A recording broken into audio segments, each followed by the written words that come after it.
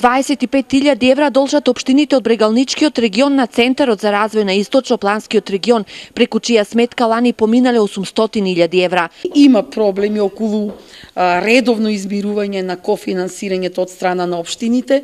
Значи имаме за 2012 година останати неизмирени обврски 43% од страна на општините и 48% неизмирени обврски од 2013 година.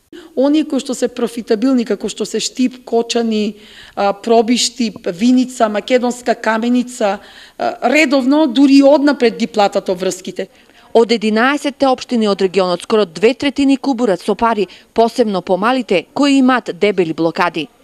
Обврските што малку не стануват, нека минимална сума, значи денови и тоа ќе го подмиреме. Сега кон Источно-плански регион, дека некаде околу 26.000 некаде изнесува денари, што ќе биде подмирено денови. Врсно исплатата према Источно-планскиот регион, општина Пехчево има подмирено за проектот што ни беше канализација во село Чифлик околу 400.000 денари. Редовната чланарина од 55.000 денари си ја плаќаме редовно и се е подмирено.